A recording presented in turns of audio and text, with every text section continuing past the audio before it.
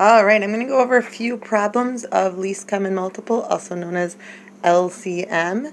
I'm going to show you the ladder method. However, remember that there's two methods. One method is that you can list your multiples, so I could list out 4, 8, 12, and continue on with the multiples of 4, and then list all the multiples of 14 and find the smallest one that they have in common. Or I could use this ladder method. The ladder method, remember, is where you just draw kind of an upside down division sign and you're dividing it by a prime number. So I'm going to use 2 because I can. So I'm going to divide by 2. 4 divided by 2 is 2 and 14 divided by 2 is 7. Since now I have only prime numbers left, I can just multiply out my prime numbers. 2 times 2 is 4 and 4 times 7 is 28. 28 is the least common multiple. I'm done. That's my answer. If I were to have done it the other way, 4, 8, 12, 16, 20, 24, 28, 14, 28. 28 is the first multiple that they have in common. Okay, the second problem, 84 and 21. Now, I don't find this one quite as easy because I'm looking and I say, ooh, shoot, I can't use 2. I know I can use 3 because 8 plus 4 is 12, but I don't know off the top of my head what is 84 divided by 3. But why don't we use 3 because we know it works, and then just take 84 off to the side and say, what is that divided by 3? Well, 3 fits into 84 2 times. 2 times 3 is 6.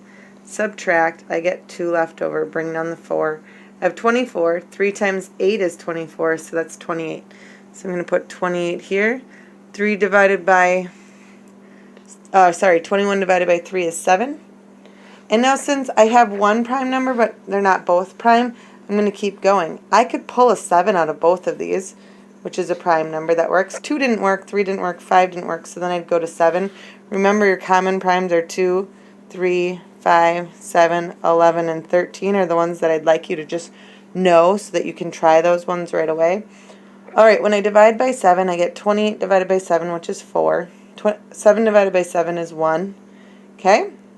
Now, since 4 is not prime, I'm going to keep going. I can divide the 4 by 2.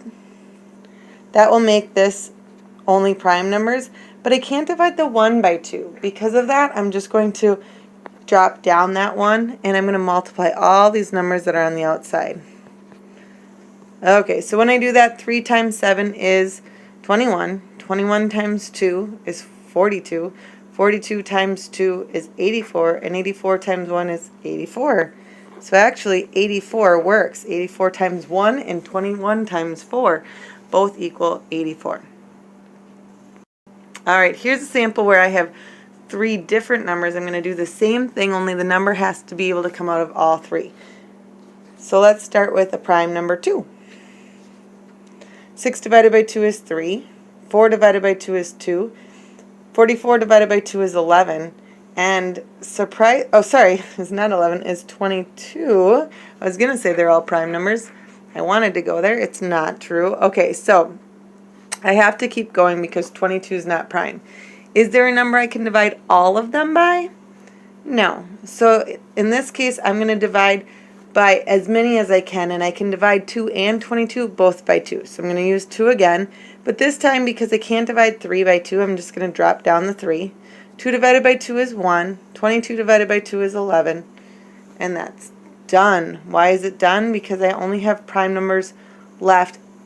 Obviously 1's not prime, but we can just leave it because when you multiply by 1 it doesn't make a difference. So we just start multiplying the prime numbers, and if we include 1 it's not a big deal. For this one, I'm going to multiply backwards and do 11 times 1, which is 11. 11 times 3, which is 33. Double 33 is 66. 66 times 2, well, 60 times 2 is 120. And 6 times 2 is 12. So 120 plus 12 is 132. Now, I'm very happy I used the ladder method for this one, and I didn't instead list out all of the multiples of 4, 6, and 44 all the way up to 132. That would be a lot of multiples of 4 and 6. That's the reason why we use this shortcut method.